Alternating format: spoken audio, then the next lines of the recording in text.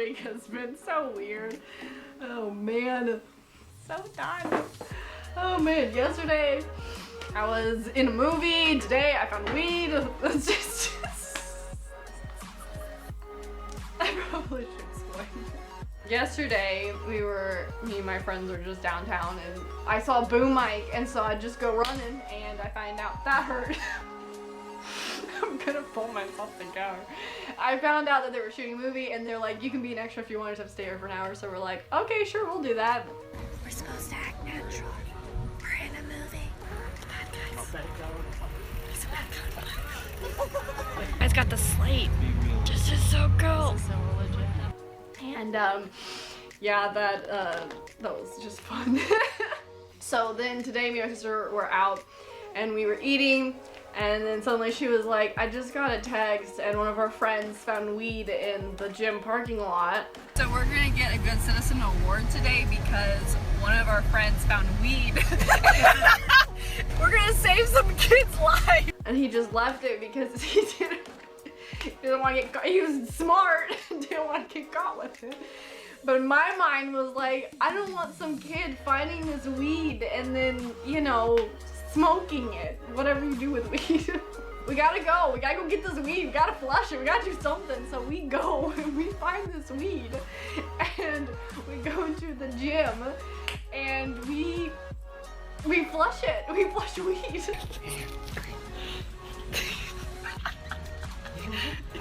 I can't. Oh my gosh. Okay, here we go. My weed. Oh, that smells weird. It was just wild because I am like severely homeschooled and finding weed, I've never seen drugs. I felt like it was the right thing to do. It was almost, it just brought back memories from, I'm gonna tell a really sad story. Are you guys ready for this? I'm gonna cue the sad music. So when I was little, I was in high school, homeschooled high school, I want to point that out. And this was with MySpace, you know, you're supposed to pick backgrounds for your MySpace because that's the cool thing to do. So I find it really pretty. I find a really pretty plant. And that's my background because I don't want, you know, unicorns or pop, like rock bands. I don't want any of that. I want the pretty plant. I didn't really read what it said legalize it. I just didn't think in my mind that meant it was illegal. And then why would a pretty plant be illegal? I had marijuana on my Facebook page for a good few hours until someone called my mom and was like, your daughter has like marijuana on her page. So other than today and the marijuana Facebook incident, I haven't felt much in the drug department. That was just weird. Just a weird day. I just can't stop crying. This has just been so strange. So today I wanted to talk about the series Hands that is currently going on here at the church and how I created it, what kind of went into it, and how it's just been like a 3-year journey, which is wild.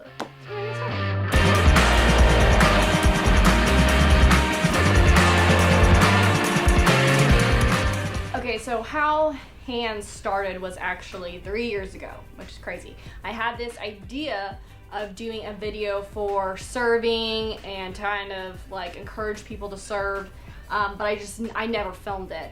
And I just kind of put it in my notes in my phones. It was like, by the time I got to it recently, it was all the way at the bottom. And it was dated back to like 2014, so I was like, whoa. But Alicia had texted me and said, okay, these are the few series that we're gonna be doing. This next one that we're gonna be doing is for serving.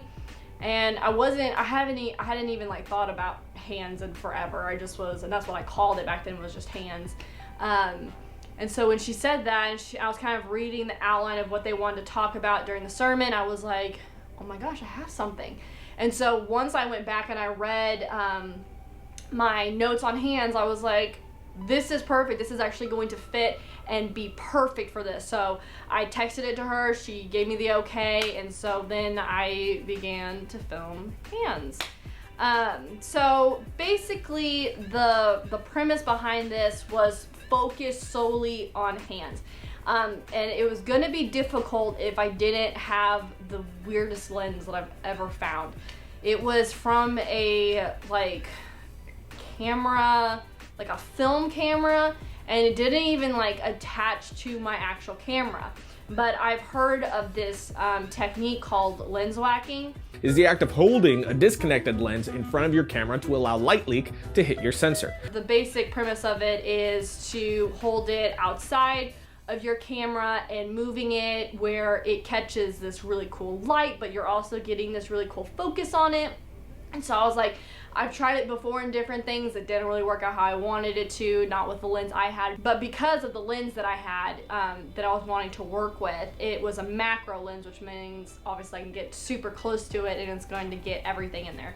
Okay, so the first like test shot I did was this guy right here. I just kind of was wanting to see what it was doing. I realized like really quickly, this was me standing on my bed, and I had the light from the window coming in, so all this shadow was just really cool. But I started like seeing the lines on my hand. I was like, I didn't realize it was a macro lens until this moment.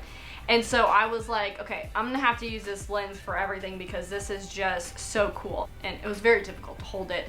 So I was holding the camera, holding the lens, and then my hand is just out here in nothingness, and it was kind of difficult, but it was really cool. So I just kept on getting different shots. I just kind of wanted to see what it could do, and I was very, very happy with it. So I was like, okay, we're gonna go with this. So the first concept of it, when I was thinking about it, was actually a black and white double exposure. And I had actually like pinned things on Pinterest on my idea board for the church. But double exposure, the kind that I was trying to go for, was going to be black and white.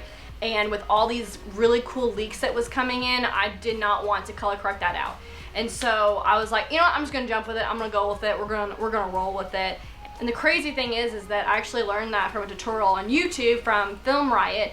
I'll link them in the description below. They are absolutely amazing. I learned so much from them. I'm pretty sure half the stuff I know about film is because of them.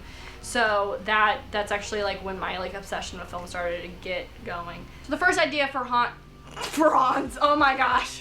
Next month we are doing a series called Hands, and I keep on trying to do the artwork for it. I keep on writing Hans.